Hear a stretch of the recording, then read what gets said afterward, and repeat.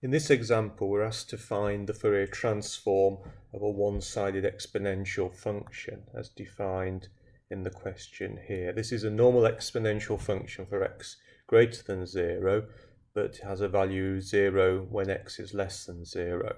So as always, we use the equation for the Fourier transform. I've shown this taken from the notes. So we can write that in this case f of k is equal to 1 divided by the square root of 2 pi. Then the integral, now in this case we only need to integrate between 0 and plus infinity because the function is 0 when x is less than 0.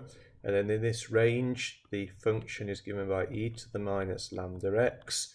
And then as always we have our complex exponential e to the I kx, and then we integrate dx.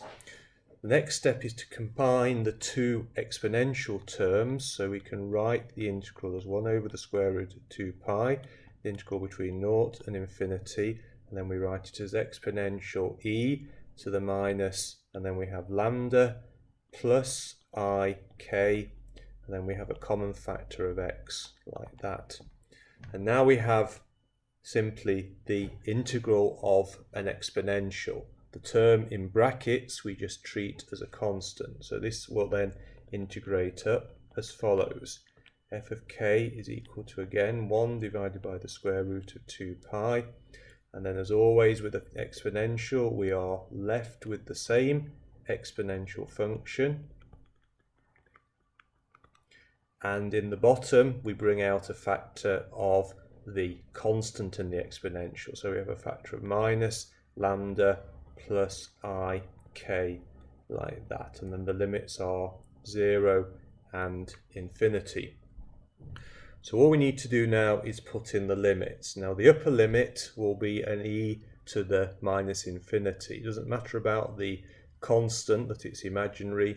E to minus infinity will always give us 0. So the upper limit just gives us 0, whereas the lower limit we have the exponential evaluated when x is equal to 0. As always, e to the minus 0 is just 1.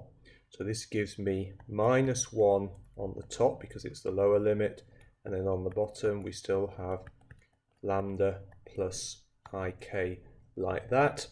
And then finally we can take out the two minus signs and write this as 1 lambda plus ik like that.